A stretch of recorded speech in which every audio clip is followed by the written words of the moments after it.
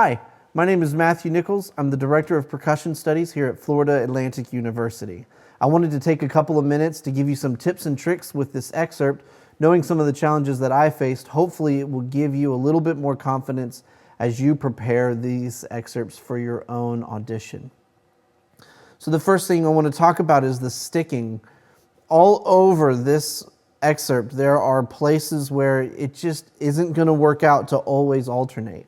I also would even maybe suggest utilizing 3 mallets, where you can have 2 mallets in the left hand to play some of these wider intervals.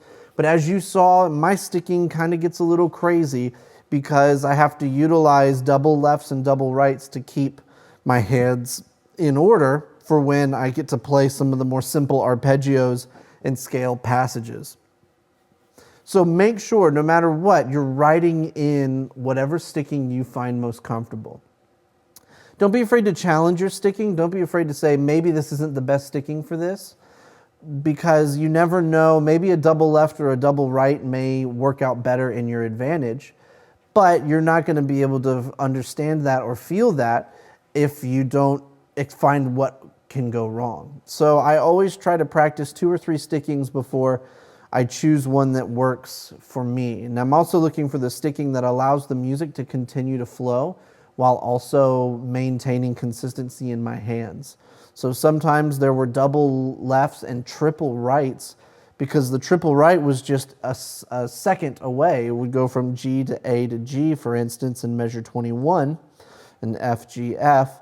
Utilizing those close intervals, I'm able to feel comfortable playing a triple stroke evenly. But I would never want to do triple strokes with extreme jumps. So that's the first thing, is make sure your sticking is in order. Now, the second thing I want to talk about is some of the dynamic shifts that happen towards the beginning of the piece, which allow for us to play with really exciting contrast, where we're playing, jumping between mezzo forte, piano, forte, then back to piano, and then crescendoing to forte. We really want to make sure we're focusing on getting those dynamics to sound exactly the way we want them. So I'd recommend recording yourself playing through the first couple of measures to really ask yourself that question: am I getting the dynamic contrast exactly the way I want to? Now, the next thing we can talk about, in addition to just the contrast at the beginning, is making sure that the second half of this, which is mezzo forte, from rehearsal B all the way till the downbeat of 23 or C, we don't change the dynamic. However, we want to utilize some of the more common approaches to phrasing, which is, if the line goes up, we want a crescendo. As the line goes down, we want a decrescendo. And you may have heard that in some of my playing. As I went up to the higher notes within the arpeggio, I would push through. And as I was descending, I wanted to make sure that that also kind of had a slight decrescendo. And then what I like to do going into the subito piano in 23 is I want to really hold on to that mezzo forte so that it really feels like the floor is dropping out for that subito piano.